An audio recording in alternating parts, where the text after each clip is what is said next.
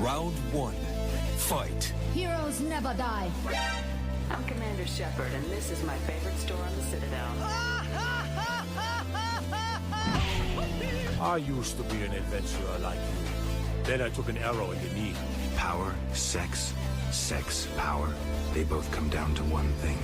Hungry gamers.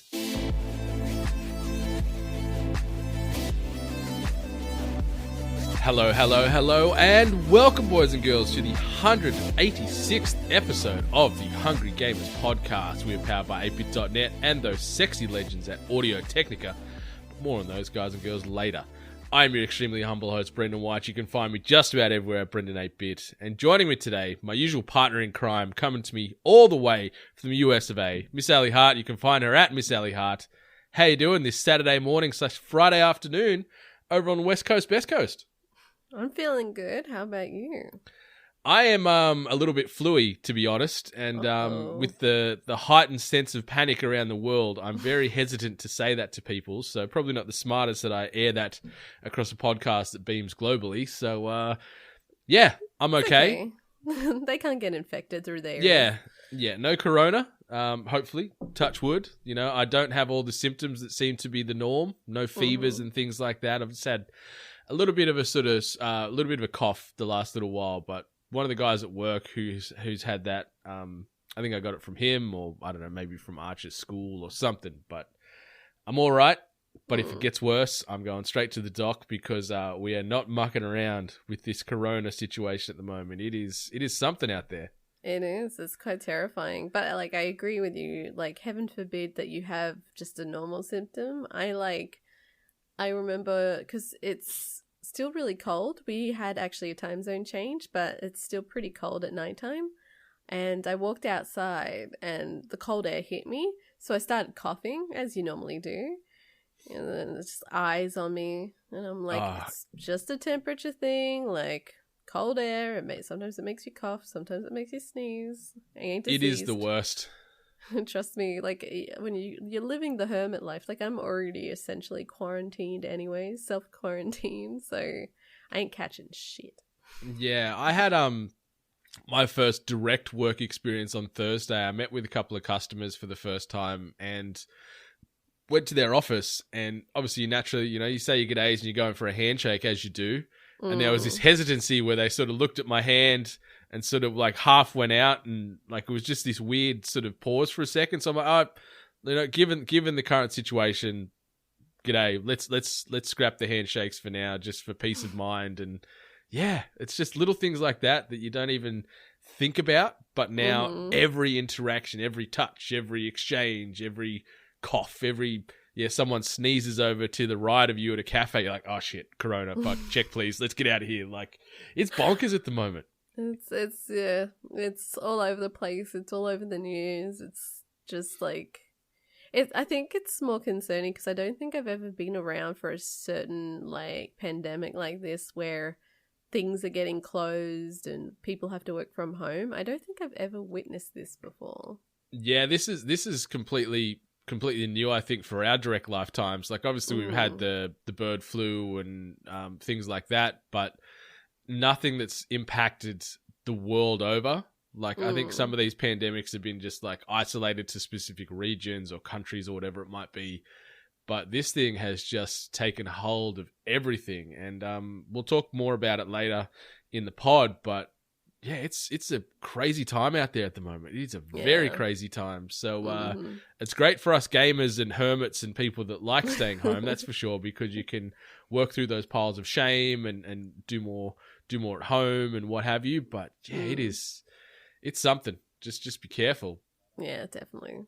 Yeah, so in your sort of week of isolation, trying to self-isolate and avoid the virus, what have you been doing?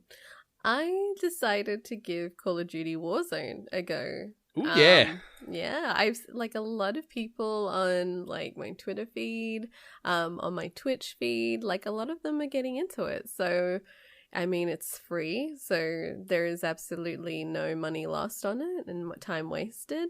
So I thought, whatever, I'll jump in and see if I like it. And I really like it. Oh! I really, really nice. like it. Okay. Before we get into the meat and potatoes, Mm. what do you really, really like? Oh, I guess that is kind of meat and potatoes, isn't it? So you really like it. What you're playing on PC? I'm playing. It's on still PC. got the cross-platform support with Warzone. I'm Mhm. assuming. Yeah, Nice, it does. nice, which is great. Yeah, I had some PlayStation buddies. Not actually my friends, just some random people on PlayStation also jump on my team. So, But they're your friends now because uh, you're friends through war. I don't know, actually. I wouldn't actually call them a friend, but I'll elaborate later why. Okay. But in regards to why it's really sitting well with me, it just feels good and smooth and just like very fluid. It has a lot of new elements that we really haven't seen in a battle royale. So it keeps it fresh, keeps it new. I'll go into like pretty much detail on like kind of what makes it different. Essentially one of the key features is that they have this I think they call it a buy station. So as you're picking up loot through the map, you also pick up like just piles of cash and money. And then once you gather that up, you can go to these little buy stations and they're marked on the map. And in these buy stations, you can buy equipment, you can buy new loadouts, and you can also buy a squad member like to come back. So like if someone in your team has died, then, you know, you can go to one of these buy stations, and if you've got enough money on you, you can bring your team member back. And this is why that PlayStation person isn't a friend, because I can see how much money you had. You could have brought me back, but you decided not to. And What you got a your ass cheap handed to bastard. you, so. See, that's karma. That's karma It is right karma. there. It is karma, because I was the only one that had kills in our team. And even at the end of that person's, you know, they got to top 20. Mm-hmm. And I was still the only person on our team that got the kills. So, anywho.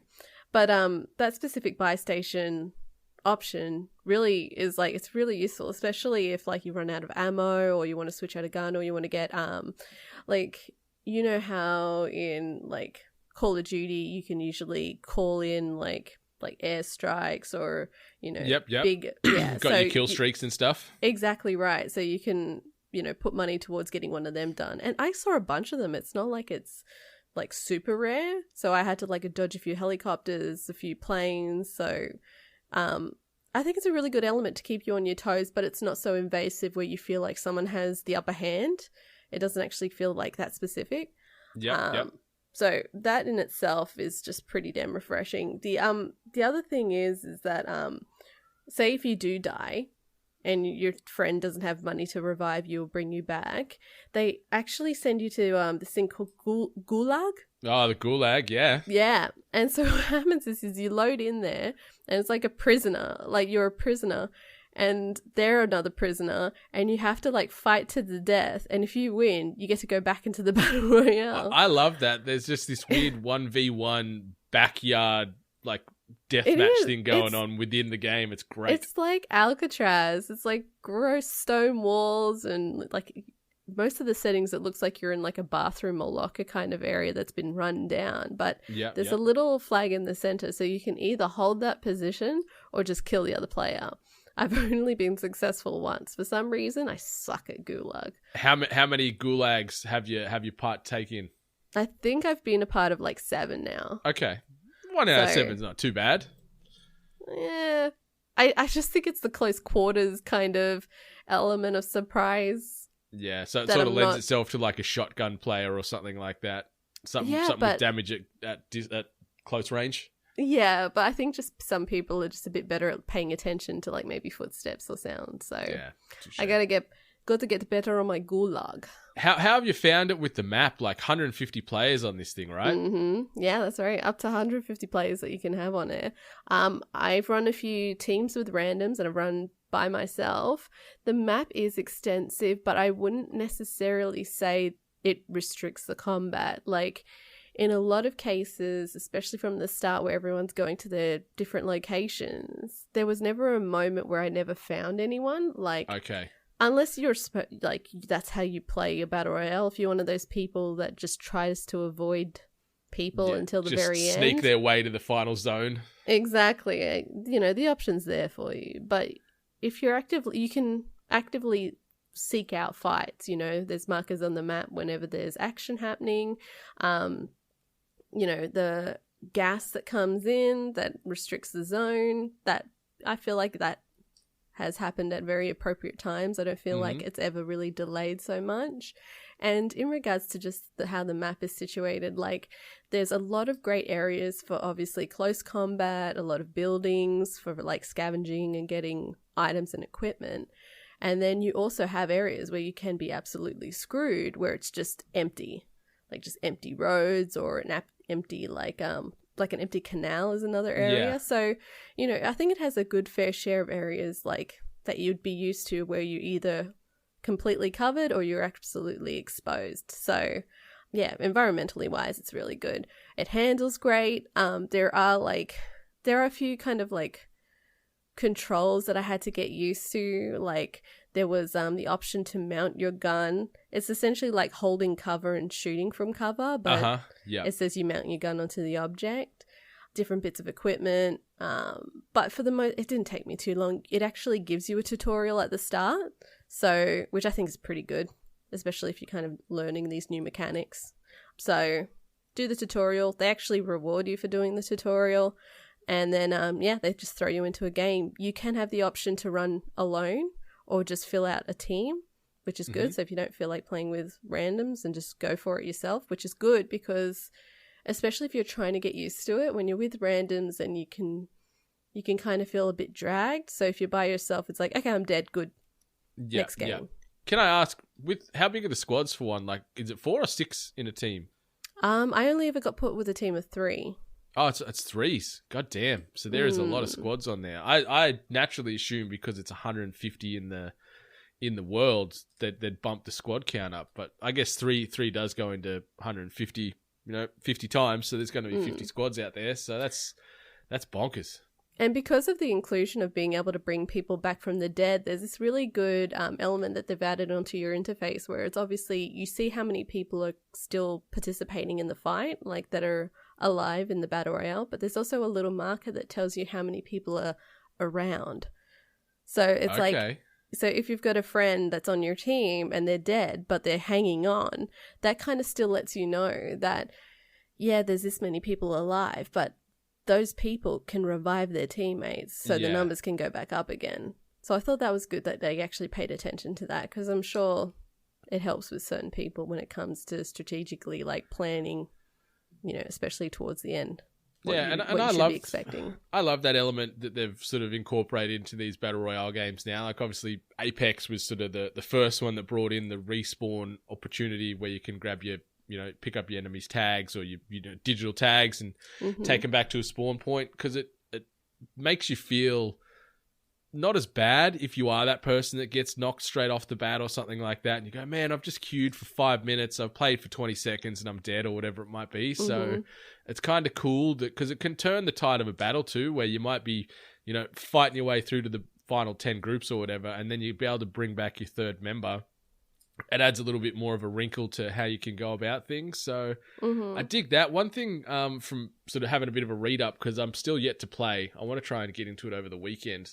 I like that there's no sort of, like, the inventory is really streamlined. You've got pretty much 2 firearms at one time, and then like your ammo and your grenades. You don't have to manage like a big grid of items like as some of these other Battle Royale games, where there is a lot of inventory management going on.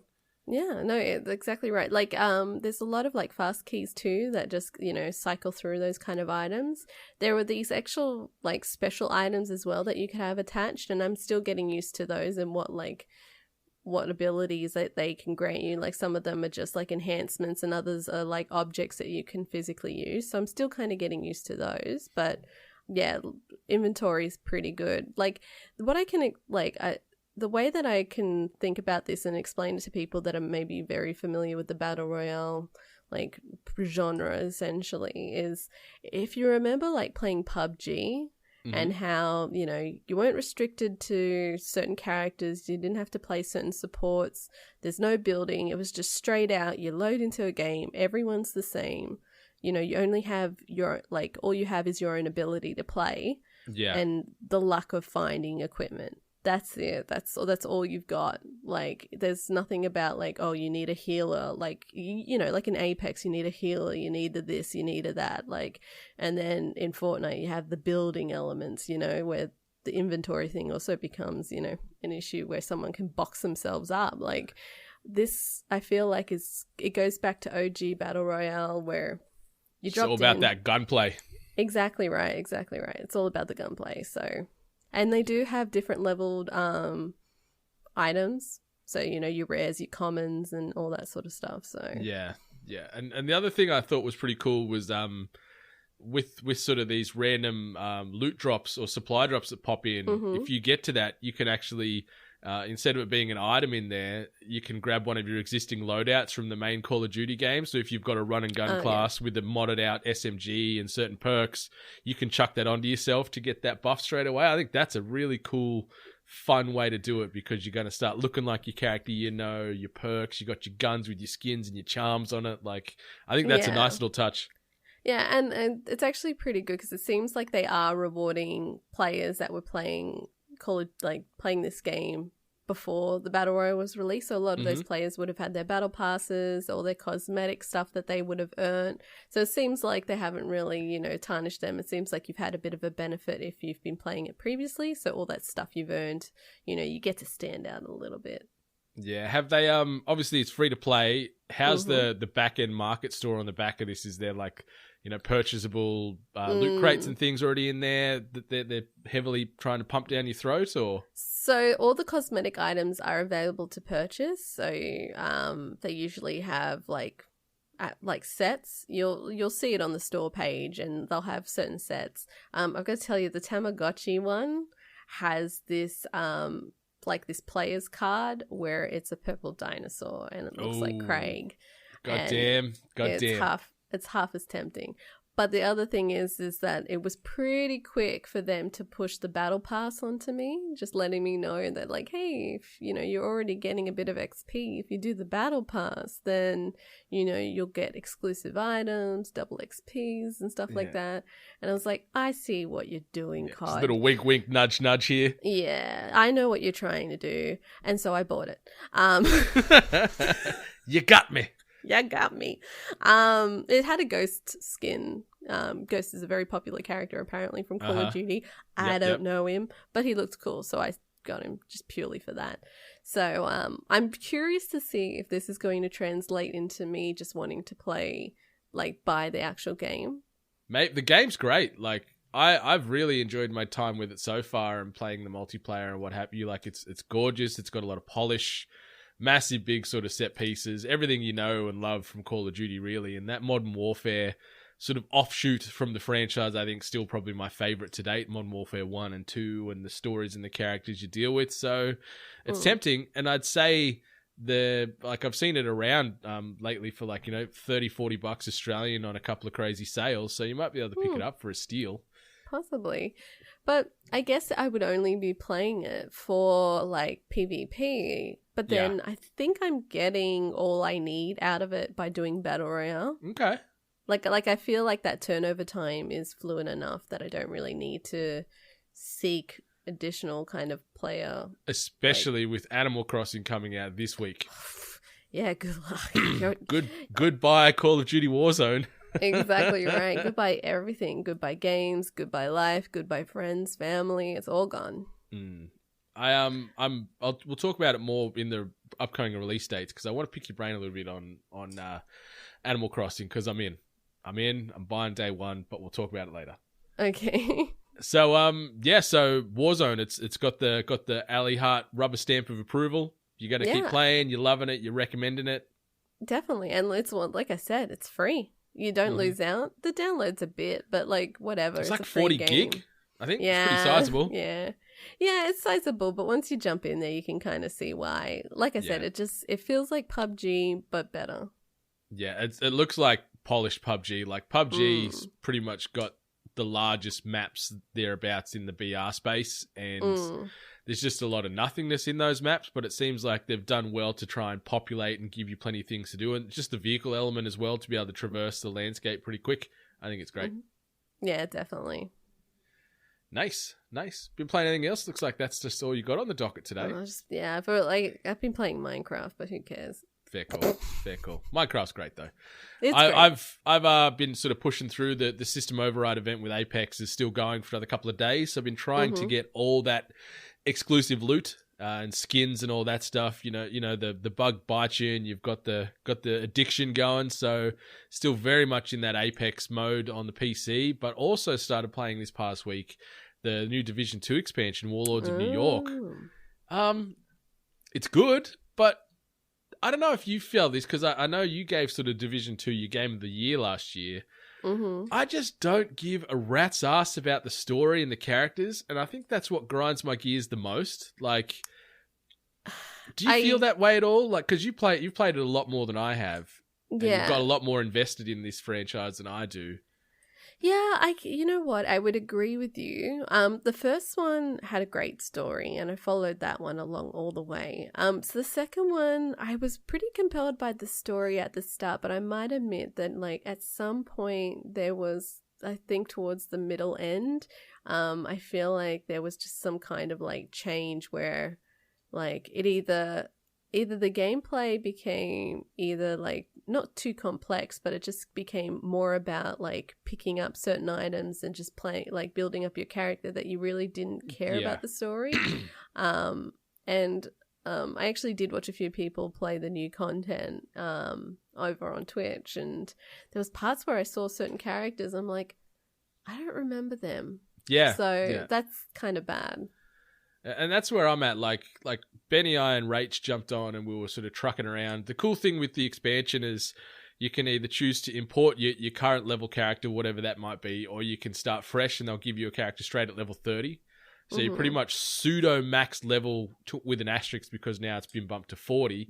But you're going to be equipped enough to get out and fight these higher level rogue agents and stuff like that. So you're chasing Aaron Keener, who's a former Division agent. He's gone bad and he's assembled this group in New York, and he's got sort of four sort of generals, I guess you could say, with different abilities and different experiences. You're not sort of hamstrung into having to follow a certain path. You don't have to go general A, B, C, D. You can attack them in any order you like. So depending on what you're looking for off the start, there's like a guy that's more sort of, hackier and stealth, and he's popping up little clones of himself. There's like a heavy artillery type of dude, and so on and so forth. So you've got 4 different experiences with the boss battles, but to get to there, it's the same kind of stuff. Go here, find this bit of information, shoot through a heap of dudes, get a couple of like low-end bosses that are just bullet spongy as hell, work your way through them, go to the next place, find this bit of info, and so on and so forth. Like, it's got its formula, and it's refined, and it's all right. Like,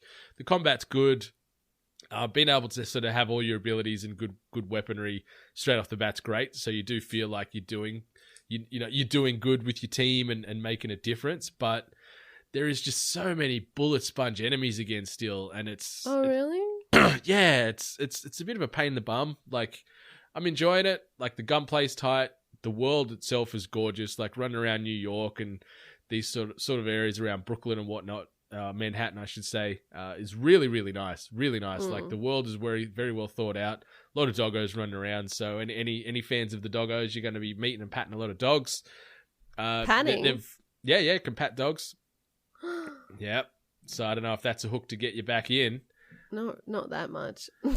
Yeah, so it's pretty cool, but yeah, just I'm a big narrative guy, so you got your cutscenes and you meet these people and you interact with this person, but I just don't find myself caring, and that's the hard part for me. Like, I enjoy the gunplay and I enjoy the teamwork aspects and the different ways you can play. You can have your drones that can be set to almost like an attack style drone, or you can have ones that can act as a healer and sort of suppress enemies and things. So there's a lot of synergies, which I really love. But yeah, just the narrative just doesn't get me. Like, I'd have no hook. So like, we played it hard out over the weekend, and then this past week barely touched it. Been back playing Apex again. So I don't know if that's sort of a bad thing, or it's just not scratching the itch that I'm looking for. But yeah. I mean, like, it's fair. There's a lot of people that have had, like, I wouldn't say mixed. I'd just say that across the board, in regards to this new content for the Division, everyone's been kind of like about it, Yeah. actually had a friend who had a bug on their like save or whatever where they actually couldn't proceed past a certain mission and they were absolutely stuck. So that would have been really annoying for him because he did it day one. Yeah, that would have been the worst. Yeah. I'm surprised to hear that characters are still kind of bullet spongy. But then again, like I guess it also could depend on your loadout. My friend said he found them, not bullet spongy at all. So I've found like at the back end of this playthrough, it's all about just DPS. That's like you don't worry like snipers and shotguns and whatever. It's like yeah, cool, whatever. But it's all about like just run LMGs or if you're getting in close, submachine guns, and that's the way to sort of eat through these sort of armors and health of these enemies. But it's enjoyable, and I like that it is a multiplayer game. You can jump on with friends or whoever else and sort of work your way through New York and try and save the world as you do in these games. So I like that aspect of it, and I'll go back. But I don't know. It scratched like a loot shooter itch for me, but outside of that, there's just no narrative hook that's got me excited. how much was the content? Like, how much is it? The mainline story, I haven't finished it all yet, but the mainline story runs about 6 hours, and then off the back of that, you've got your dark zones and your other things in your end game. So, to take down Keener and his 4 constituents, it's about 6 hours thereabouts from what I'm seeing and reading. So. And we got in about maybe 4 hours thereabouts, give or take. So enough to get a good feeling of it. But yeah, it's just not scratching beach right now. Maybe Animal Crossing will this week. Oh, maybe. Oh, yeah. It will. I'm just going to tell everyone it will. Yeah. You are, number one fan. Tom Nook's right-hand woman. Yeah, that's more suitable. I know, like, I've seen some people out there, they're a bit more of a fan than I am. To say they're crazy. Ah, well, who needs them? All right, so let's keep rocking and rolling. Quick little bit of housekeeping. Obviously, hashtag 8-Bit Collective to find all the podcasts and content coming from all our talented podcasters, content creators, and so on and so forth. Got new episodes dropping on the daily from 18 different podcasts covering a ton of video game and pop culture goodness. So it is all there, especially now that you are having to self-isolate and things like that. You need to kill some time. So the 8-Bit Collective or 8bit.net or 8bitnation.net, or if you've got a little bit of spare cheddar, shop 8bit.net to go to our official web store. If you want to support us in a Patreon form, patreon.com/we're8bit for exclusive perks starting from as little as $1 per month, getting you early access to podcasts, competitions, and content you can't get anywhere else, such as the 8-Bit Family Portrait, which is looking so juicy. Our man is currently working on the overall cityscape for where this is going to weave into the major single group shot at the moment, and we'll be releasing that in the next couple of days just to give you guys a teaser. But we've got about half a dozen of the individuals done so far. Miss Hart saw you immortalized this past week, looking fresh. Can't wait. So excited to show everyone once we can. So it's great. Like, if it's essentially like the best thing about this Patreon level is that you're essentially getting like a custom drawn character of yourself as one of your favorite characters, or maybe as a character you hate. I'm not going to judge, but either way, it's a fantastically detailed design. So the artist you've got on this one is absolute gold. Yeah, Matt's been knocking it out of the park. Very talented man, and can't wait to work on future pieces with this guy once this is all done and dusted as well. So be sure to head on over to patreon.com/weare8bit if you want in on that family portrait. But yeah, you don't need to support us monetarily. You can do the little things like rate, review, subscribing to us and all the other podcasts you listen to on iTunes, Spotify, whatever podcast hosting platform you consume us on the reg. But yeah, those ratings and reviews mean the world to us, helps keep those emotional lights on in our hearts. But let's get into some news. This week's news headlines. All right. So we're continuing with the whole this or that concept here because it has been a pretty good success. It allows the show to be almost become a choose your own adventure. Hang on, I'm going to cut in right here. Apparently it wasn't a success. Oh, really? Shout out to Don on Twitter. Not a fan? He enjoyed the episode, but apparently I picked the wrong one. Oh, okay. So you got shamed for the wrong choice. I got shamed. Publicly shamed by Don on Fair Twitter. enough. Well, fear not, because we've taken the decisions out of our hands on this episode and we've thrown it to the people, because we are the podcast of the people. And the first this or that headline mock-up was Pokimane Dr. Disrespect signed multi-year Twitch exclusivity deals, and it was competing against Control's first big expansion, The Foundation, out later this month. And it was actually won by Control. So it took out 60% of the vote. I was not sure if people wanted to hear about Dr. Disrespect and Pokimane. The short version of that is they're getting an absolute fuckload of money to stay on Twitch and become millionaires. So let's go on to that. Control's first big expansion, The Foundation, out later this month. And this comes via way of Matt Wales at Eurogamer. Remedy will be delving deeper into the oldest house when the first of the game's 2 previously announced expansions, The Foundation, arrives on 26th of March, which is in less than 2 weeks, which is pretty exciting. Since detailing Control's post-launch event content roadmap late last year, Remedy has remained tantalizingly tight-lipped about the exact nature of its 2 expansions, revealing only that they'd both be set within the spatially unreliable confines of the oldest house, and would introduce new story content, side missions, weapons, and mods. In the run-up to the Foundation's release later this month, however, those lips have finally loosened a fraction. The developer's brief new teaser video suggests the expansion will, at least in part, see protagonist Jessie Faden resuming her search for Helen Marshall, the Federal Bureau of Control's head of operations, following her rather abrupt departure in the base game. There's a pretty good chance, based on the expansion's title and accompanying artwork, that the quest will eventually lead us back to one of the oldest house's most striking locations, and perhaps, given the clues found in its depths, reveal more of its origins in the process. As for Control's second expansion, titled Ore, there's currently no release date beyond a vague mid-2020 window. We do, however, have an inkling of what's in store with its very familiar promotional artwork, not to mention that name, strongly suggesting players will be finally getting reacquainted with Remedy's much-loved master of horror, Alan Wake.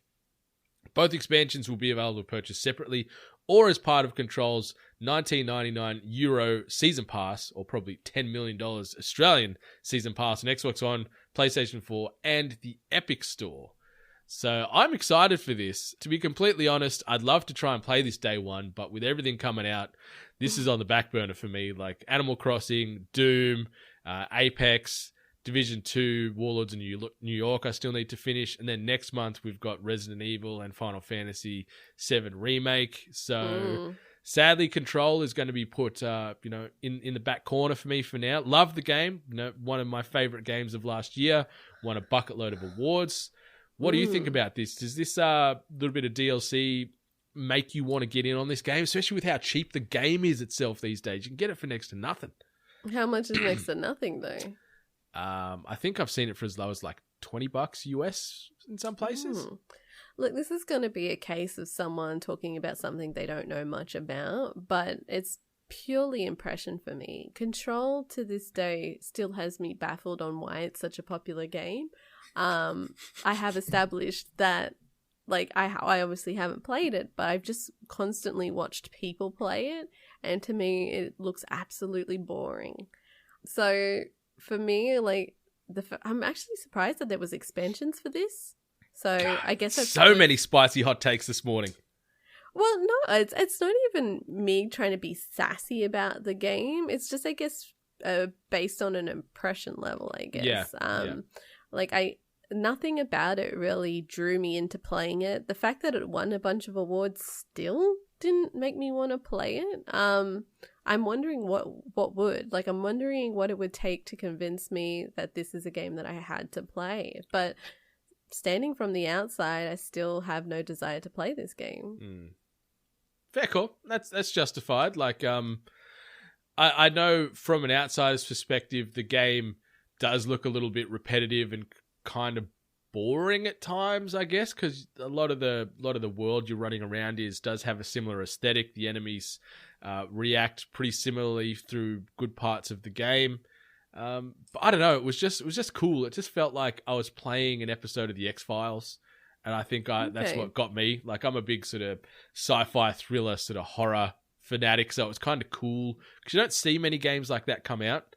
You don't get that sort of dark sci-fi thriller mashup. Like, you get sort of the more purest horror games that pop up on the reg, but nothing in that vein. So I think that's why it connected with me. I get what you're saying though, like just looking at it from sort of trying to disconnect that I've played the game, and I could see I'm like, oh, just it looks like a generic third person shooter almost. Like it's missing that hook unless I think you're all in or maybe in on that subgenre. But yeah, and a sidebar, I just also want to say that this isn't me saying this game is shit, because I can't say the game is shit because I haven't played it, so I don't have that perspective.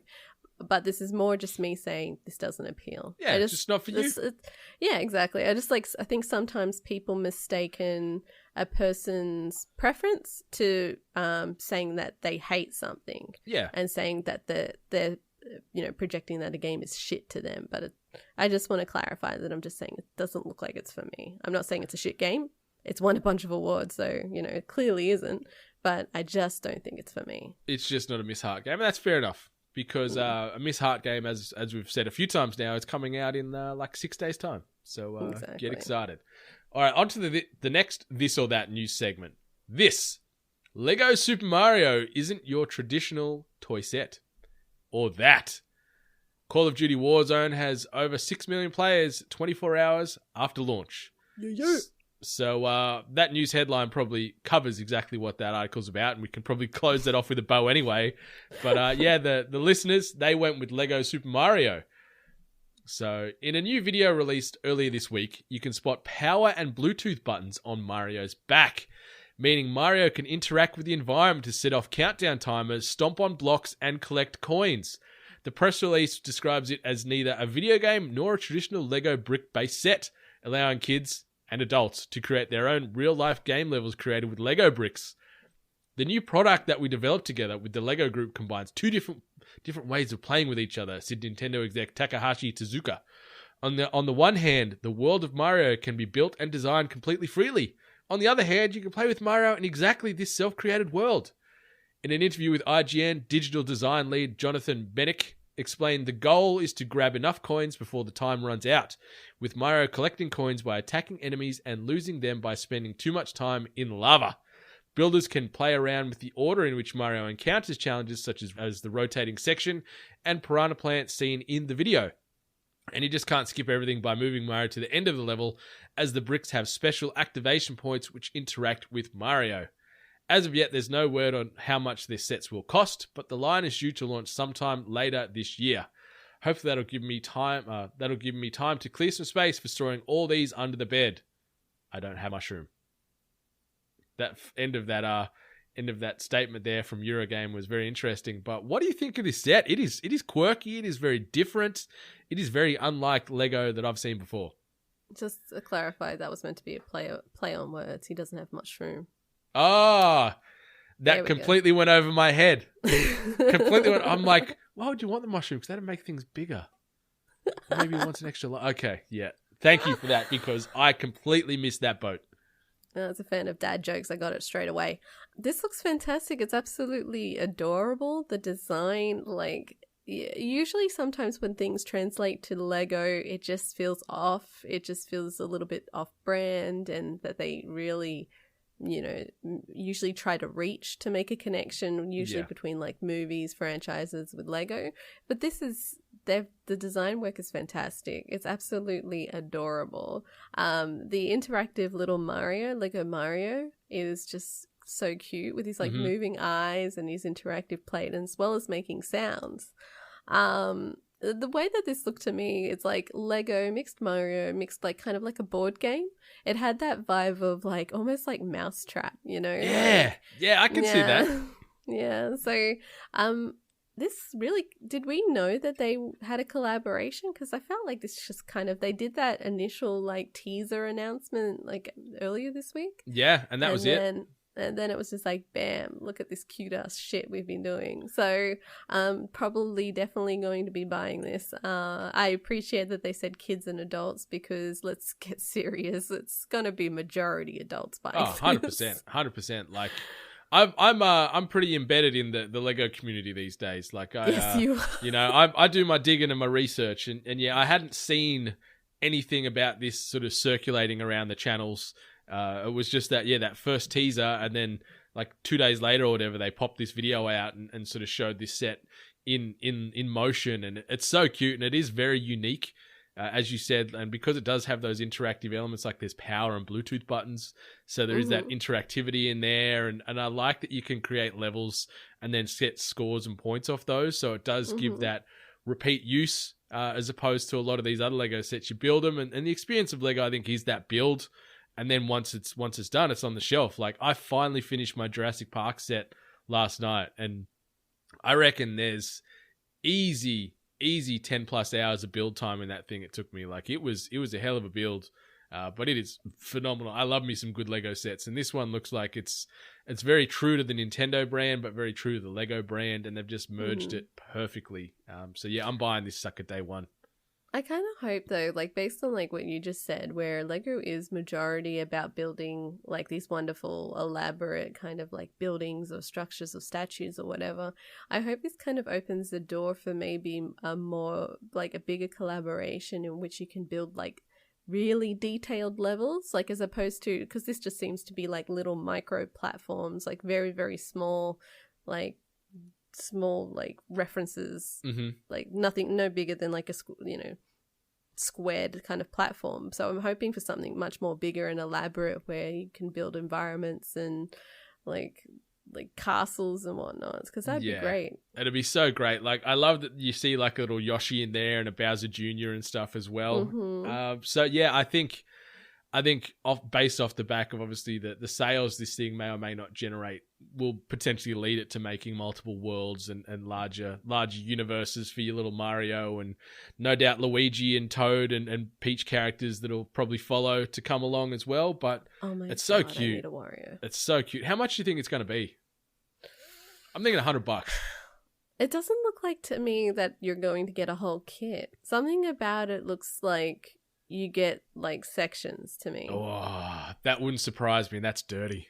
Yeah, like maybe you can get an entire kit, but then something about it just looks like that you can just buy segments. Yeah. So it would probably cost like $20 for like a segment, but like kind of like what you said, maybe for the whole thing, it's probably like 100. Yep.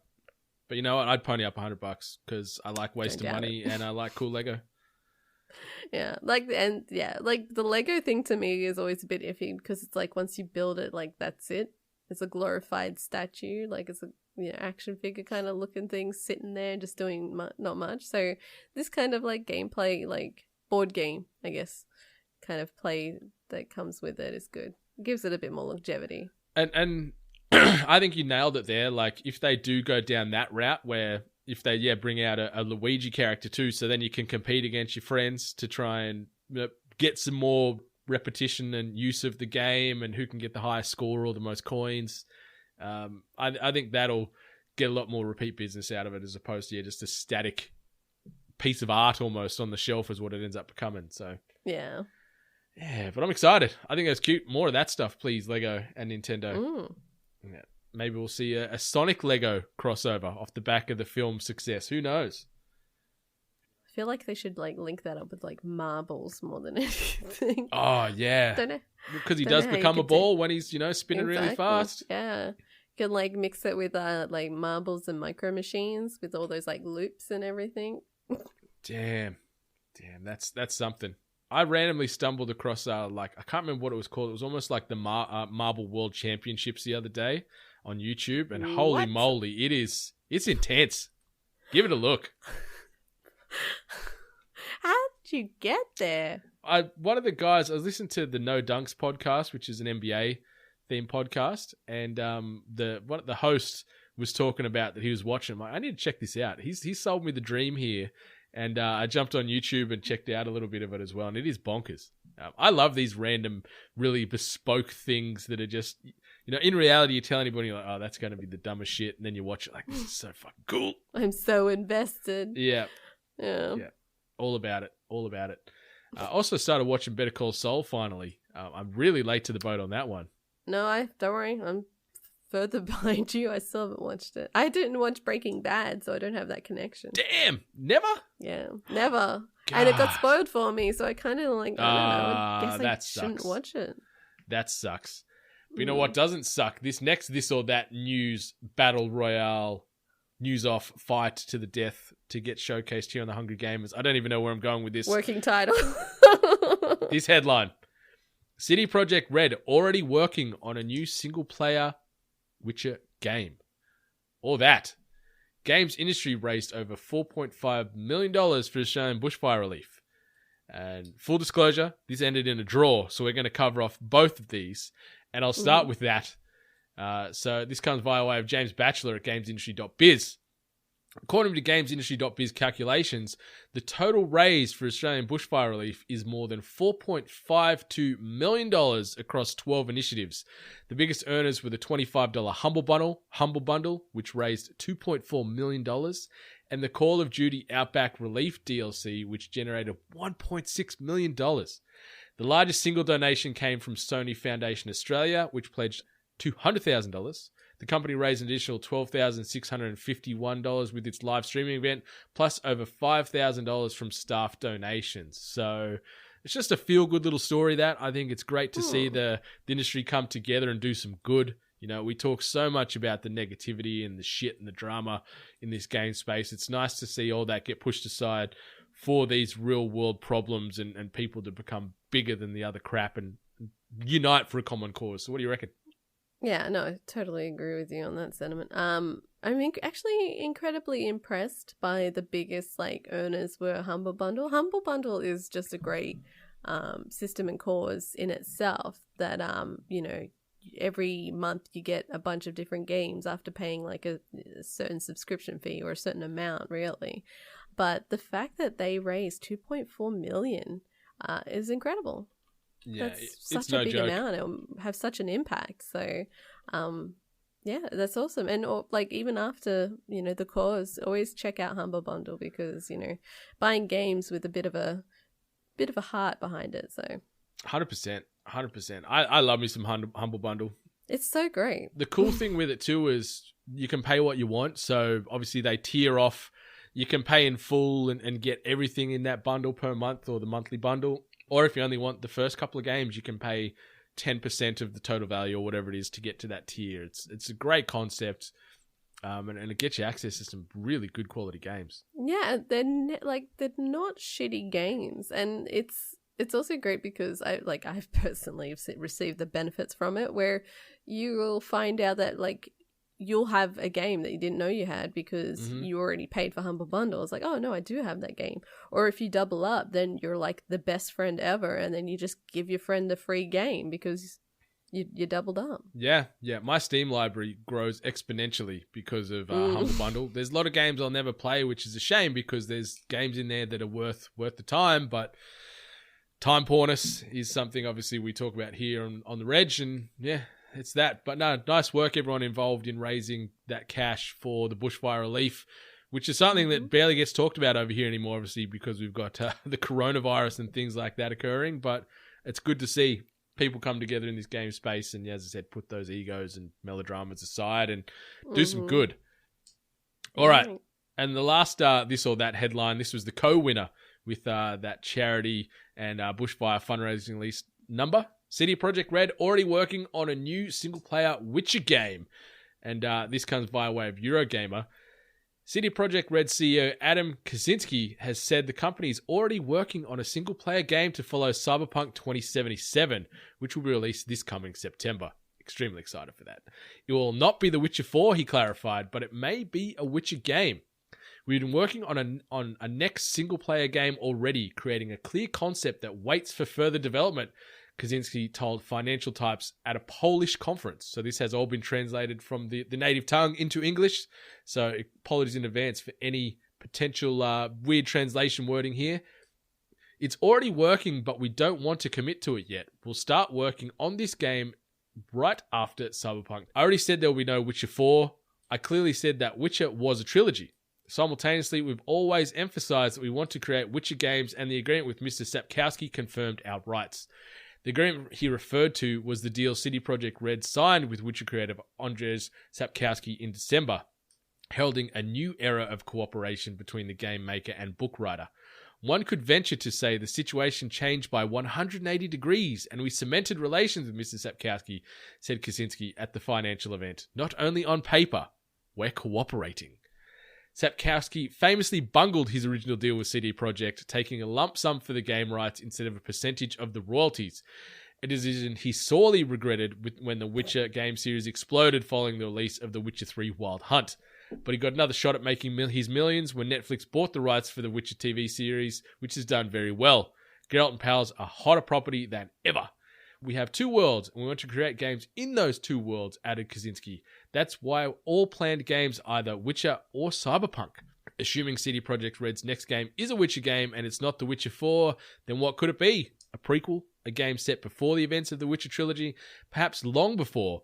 Or is there a time when there were many Witchers, similar to how there were once many Jedi in Star Wars? Could we be creating our own Witcher instead of becoming Geralt again? But would it be wise, given his current popularity, to leave him behind? Maybe we could play a young Geralt, making his name instead, or play alongside Geralt. He has a presence in the game, but not who we control. Maybe we could be boys going through the trial of grasses together. Many ideas have been explored at CD Projekt Red, but get hyped because we got more Witcher coming. What do you reckon about this? I mean, it's kind of interesting, especially with Cyberpunk's like how long it got pushed back and how continually it got pushed back, and then the fact that it still hasn't been released. It got pushed back, and they're already like, oh yeah, we're already thinking about another game after Cyberpunk. It's like, how about you get a game out first and then think about the next one?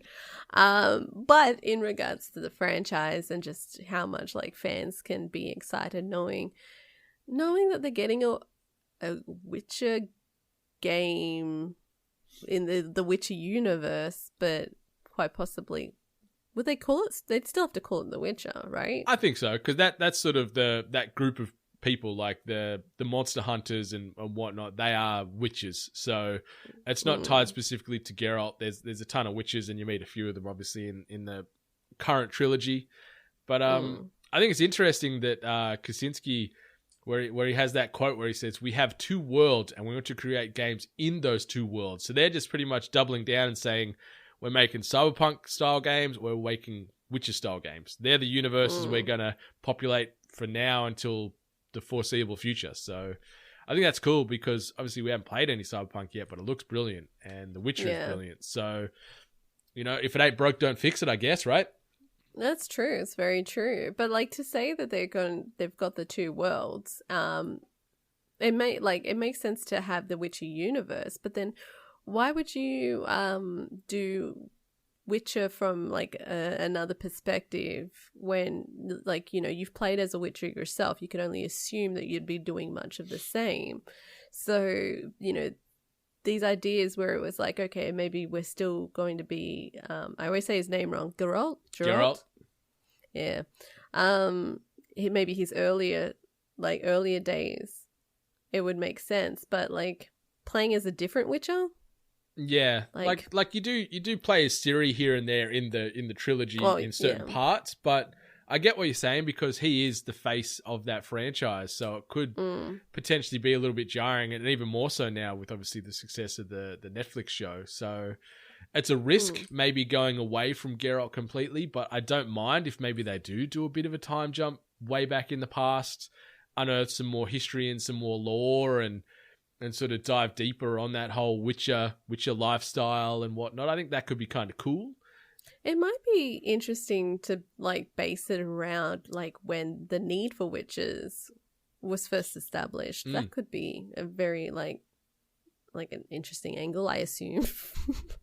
Yeah, maybe we end up playing as sort of like a witch instead. You start playing as a Yennefer equivalent or a Triss equivalent or something like that. Like not those exact characters, but someone in that world several years back. So you get a different dynamic then, as opposed to stored play. It's more so about sorcery and spellcasting. So I don't know. I mean, regardless, I guess, of like story, they've proven themselves to be able to build a fantastic game. So, I mean, I'm sure whatever it is, it's still going to be fun to play. Yeah, and I guess you kind of feel good / I don't know, a bit frustrated that old Sapkowski, he was, carrying on and getting the shits because he did take the wrong deal initially with The Witcher when he sold the rights to CD Projekt Red for the games, as opposed to doing sort of a split of the profits and the royalties. But yeah, they've mended that bridge and made friends again, and maybe he's going to sort of work in an advisory role, or maybe like coin a story specifically for it. Who knows? That's true, actually. It's funny how you're able to see eye to eye when, you get what you feel is your worth. Yeah. Sitting there in your expensive house or whatever he bought with his Netflix money. So, I agree. It was a bit petty. I'm sorry, but that's how business works. Yeah, you made the deal, mate. Yeah. But, work together, create something beautiful. Mm-hmm. Mm-hmm. Yeah, a rising tide raises many ships, as they say. So old-timely. Oh, yeah.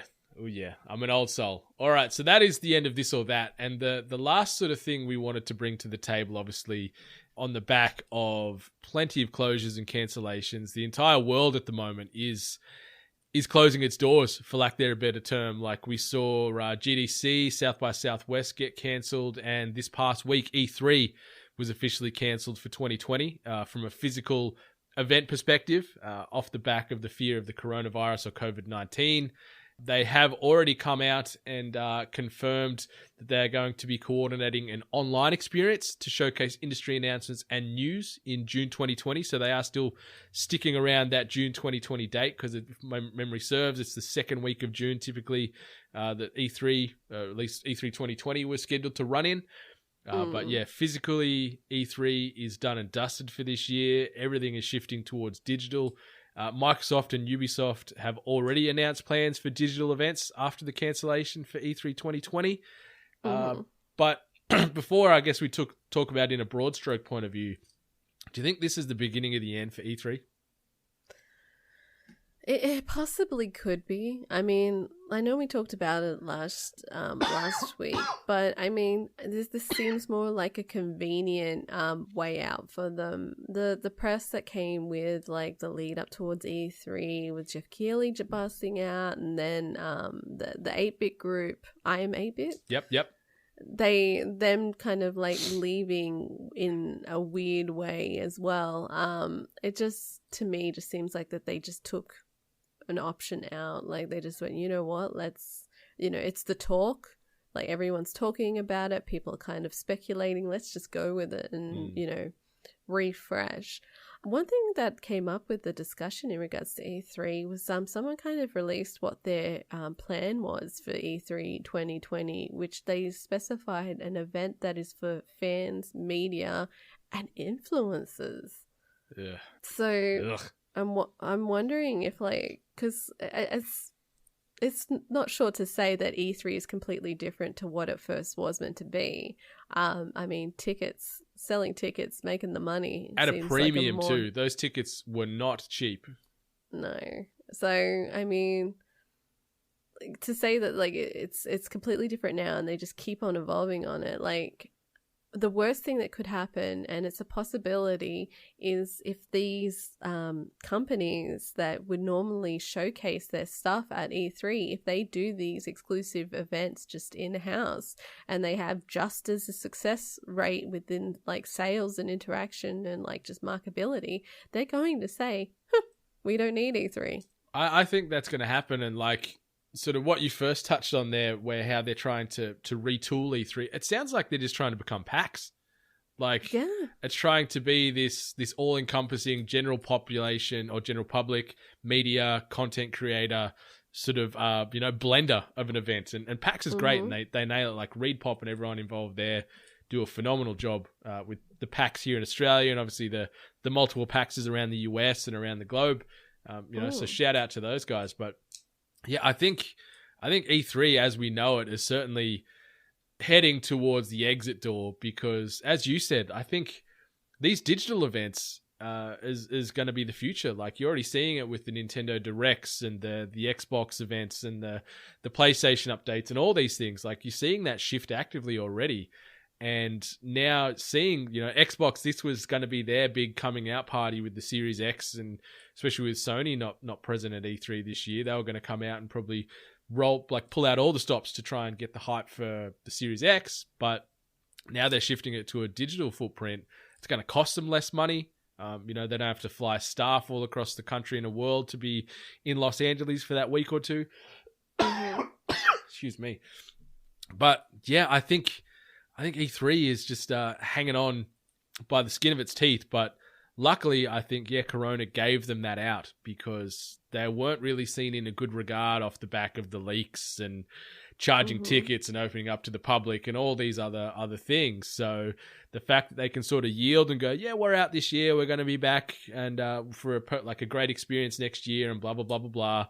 It does give them a bit of a get out of jail free card for this year, I think. Yeah. But at what cost with all these other developers or publishers going digital? They're just going to probably see the benefit in being able to control the message. With Microsoft, for example, that they'll probably park this thing on Mixer. Get all these eyes to Mixer for their conference in June, just to potentially boost those numbers up and get people talking and maybe park on that platform moving forward. So it's a whole ripple effect, I think. It really is. I also kind of just want to ask, do I get a technicality on winning for my one of my hot takes at the start of this year by saying that all developers would go online? I want to say I knew nothing about the coronavirus doing this. It was more just a speculation that I just feel like sometimes that's the way to go. Who do you know in Wuhan? I also want to kind of give us side note that it's something that I've been trying to follow and stay on top of is even though big developers can and have the opportunity to release and showcase their content through in-house, I'm seeing a lot of sadness across the indie developers, because they actually do heavily depend on E3 in getting their eyes on their games. They do not have access to streaming services and high budgeted video content and getting the information out there that they're going to stream about their game. E3 was a good way for them to get organic eyes onto their product. So indie developers are probably the ones that are being affected the most by this. Yeah, which is very sad to see, because their game or their product lives and dies off these types of events. GDC was a big networking event, and then E3 as well. But hearing all these sort of shifts to digital, I think there will be some sort of life rafts thrown to some of those indie developers. Kind of Funny look like they're going to be doing their showcase again, which was primarily indie oriented. So that'll happen. Xbox might grab a couple of indie games that they're going to be sort of releasing on their platform as well to get a little bit extra coverage. So yeah, hopefully not too many of those studios encounter too much hard time on the back of this and can still see some success and get their message out. But yeah, just that flow on from whether it be those indie developers, the people that work that event at the LA Convention Center, the caterers, the security, the front of house, the merch sales, all those people that rely on that income over that sort of week or so period. This alone, plus with all these other public closures and enforcements getting thrown around, there is going to be a lot of blowback, a lot of people worried about their professional futures and where the next paycheck's coming in from at the moment. It's happening across everything. You've seen across the United States now, all professional sports have just had the broom swept through the joint. The NBA's on hiatus, NHL's on hiatus, MLB's been delayed now. The NCAA March Madness tournament, which is just about the biggest sporting event of the calendar year, has been canned completely. Here in Australia, the Formula One that was meant to be the Australian Formula One this past weekend has been canned. The NRL is still going, which is weird, and the AFL, old Scott Morrison is so tone deaf. Yeah, there's public bannings from Monday. But this weekend, it's go support your teams and go to these stadiums with tens of thousands of people. But from Monday, get away. It's mate, the virus doesn't wait. Green. That's just straight out green. But then people aren't going to go. Oh, people went. People went. Are you serious? Yeah, there was 25,000 people at the new opening last night at the new stadium up in Townsville. for the North Queensland Cowboys. 25,000 people there. Thursday night was the Bulldogs-Eels game. There was about the same number there too.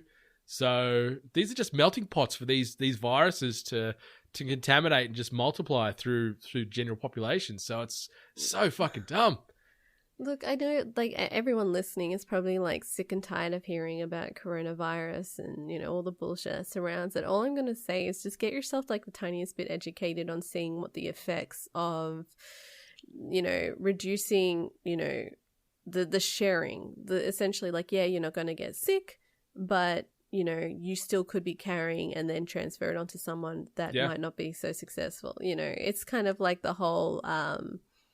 you know, vaccine, like, you know, getting like vaccination, and how by making, you know, reducing the risk, you save people who aren't able to fight it off as well. Mm-hmm. So just educate yourself a little bit. I know everyone's kind of sick of it because it's just you know, right in your face news at the moment, but just educate yourself a little bit on it, because hearing that a bunch of fucking people went to a stadium.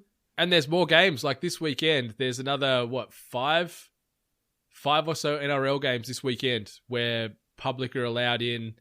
There's going to be tens of thousands of people at these games cheering, coughing, spluttering, and whatever else. Like, it is so stupid. Like, Scott Morrison, he even, like, up until yesterday was like, yeah, I'm going to watch my beloved Cronulla Sharks on the weekend. I'm going to the game. But then, obviously, off the backlash that he's like, I'm not going to the game anymore. But it's like, well, you're still allowing the rest of Australia to go if they want to. Businesses are shutting down. Like, businesses are closing over here across the pond. Like, people are working from home. That's how seriously they're taking it here. Oh my Lord. It's so tone deaf over here. Like, we've been proactive in getting test centers and getting the hospitals and things staffed, but then you shit like this where there's clearly money benefits that are in play here overruling the health and safety of the country. So I mean, don't get me wrong, that's also the case here, but you know. Yeah, but like you saw the new Fast and Furious movie get delayed a whole year. Yeah, what? Like 12 months down the line, like 2021, that's out now. So obviously they're very concerned about the family, which is good to see. So, you know, family comes first. So I don't think that's technically it. Wouldn't they just be, they would release to a bad... Oh no, I was bad numbers. Like, I was like winking face. Oh, okay.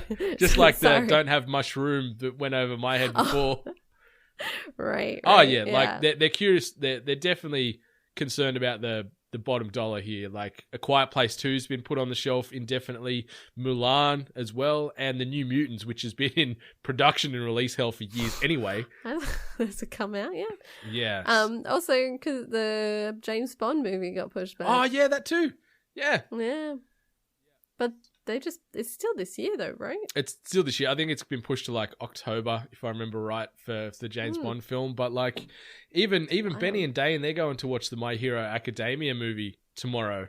And I'd really love to go, but I'm like, I ain't going, man. I'm not going to the cinema and sitting in there, because I've seen a lot of people turn out for these My Hero Academia releases because they're limited runs. So you've only got one or two chances to check it in the cinema. And I'm not sitting in there with several hundred people coughing and spluttering and whatever else. I'm like, I'm out. Mm-hmm. Sorry, guys. I love yous, but I'm not coming. Yeah. Yeah. I'm staying home. Because it's not safe out there. It's a dark world we live in. But yeah, just as you said, just, you know, use common sense, be smart about it. Wash your damn hands. Keep some hand sanitizer in your car. Keep some on your desk, in your purse, whatever it might be. Just be smart. You know, if you're coughing into a hanky or into your arm. Don't be spreading your germs. Just be mindful of what you're doing. Be mindful of what you're touching. And just common sense. That's the big thing here, I think. Mm-hmm. All right. So new releases. We won't go through all the new releases coming out. I think we'll just talk on a couple of notable ones here. One that sells gangbusters every year, Sony exclusive. MLB The Show comes out on March 17th. The Division 2 lands on Google Stadia on March 17th. Yeesh. The big ones here, though. Doom Eternal, Animal Crossing, March the 20th. Oh my God. Yeah. The hype is real. Never played an Animal Crossing game, but I'm excited to get into New Horizons. Can I ask you with Animal Crossing, right? Like, is it multiplayer? How many people can you have in your little township? 4? Yeah. So with the multiplayer element, I think this is the first time that you've actually been able to have such a big party. So you can have exclusive people that are allowed to be at your island. Mm-hmm. I think it's a group of 4. That's the maximum. There's someone that's usually the head of the party. Okay. And, you can go and visit your museum. You can, all chop wood, collect fruit, go hang out with certain, villages. I don't know if they're going to be called villages in this game, but, all the different little animals that will come and visit your island. Mm-hmm. It sounds good. So. And those other 3 party mates, they can build and do whatever they want. They aren't limited to just viewing, or? That's actually a good question. I don't know if they're allowed to build. I think I've actually seen on some of the content that's been released that they can build. But, obviously people are going to have some people might want to have some certain rules on their island, because if people can manipulate it, then you might want to, have some restrictions, some shovel restrictions. I guess you'd be able to probably lock it down to your preference. I'm assuming there'd be some settings in the options menu where you can choose what these other visitors can or can't do. Mm-hmm. Yeah, hopefully, or else I'm not going to let a lot of people on my island. I'm so excited. I'm so excited. Gonna get Rachel a Switch Lite to accompany, and we're going to jump on and play some Animal Crossing. But now that Coral one came out, and it's not out until this time next month, so it's ugh, can't wait. Just got to get maybe should have gotten the Animal Crossing teal one, teal or yellow, I think is where we're going. Yellow's nice. I really enjoy the color of yellow. It's not off-putting, not too bright. No, it's sort of got a little bit of a mustard tone to it, which I'm digging. Very mild, yeah. Yeah, mild yellow. But yeah, that's coming out. Obviously, yeah, Doom Eternal is dropping as well on March 20th, the same date as Animal Crossing New Horizons. I am keen as a bean for more Doomslayer action. The collector's edition, if anyone hasn't seen it, looks brilliant. The helmet on its own is a work of art. And then another game that comes out this coming week, Half-Life Alyx, dropping on the PC, obviously virtual reality exclusive on the 23rd of March. So I've ordered my cable to turn my Oculus Quest into a wired VR machine capable of running Half-Life Alyx. So I'm excited to get in and play this game, because from all reports of early access and early reviews and previews, this game is something special. So I cannot wait for a large immersive VR experience, because my VR headsets have just been gathering dust for the last 6 months, and it pains me to say that. No kidding. There's stuff out there, but... there's tons out there, yeah. Just haven't been finding the time, Yeah. Life and Corona and whatever else you want to throw in the way has just been getting there. So, yeah, but 3 big releases. There's a good dozen or so games coming out this coming week, but I think those 3 big ones, obviously Half-Life Alyx on the 23rd, Doom Eternal, and Animal Crossing New Horizons on the 20th. And if you're a baseball fan, obviously MLB The Show 20, PlayStation 4 exclusive on March the 17th. But this has been the Hungry Gamers episode 186. Miss Hart, anything you want to say before we close this down for another week? No, I just, as soon as Animal Crossing comes out, I apologize, but I mean, the majority of the time I am going to be fucking talking about Animal Crossing. I don't know if you want me to, in the next few weeks to actually do a diary log of everything that's happening, or that's all I'm going to play. I love that. I'd love guys. a Animal Crossing Captain's Log, entry 5. Today I did this with Tom Nook. Motherfucker stole my peaches. Not my peaches. But yeah, so episode 187 coming at you next week. Very excited to bring you some news and reviews and all that other hot stuff next week. Our feedback from being on the ground floor of Doom Eternal, as well as Animal Crossing New Horizons, plus the usual smattering of news and infotainment. But yeah, be sure to rate, review, subscribe us and all the other podcasts on your podcast hosting platform of choice, because it means the world. When you're done doing that, head on over to audiotechnica.com or audiotechnica.com.au to get yourself some tasty audio-based equipment. We're talking headphones, microphones, turntables. We're talking in-ear headphones. We're talking over-ear headphones. We're talking gaming headsets. Everything you need audio-based, whether it be gaming, content creating, or streetwear, it is there, and it's the best in the biz. So audiotechnica.com or audiotechnica.com.au. But until next week, 8-Bit Nation, much love. stay hungry. Wash those hands. You've been listening to The Hungry Gamers, one of many gaming and geek culture related podcasts from the 8-Bit Collective over on 8bit.net. Check out more episodes on your podcast service of choice. And while you're there, please be sure to rate and subscribe. Until next time, boys and girls, stay hungry.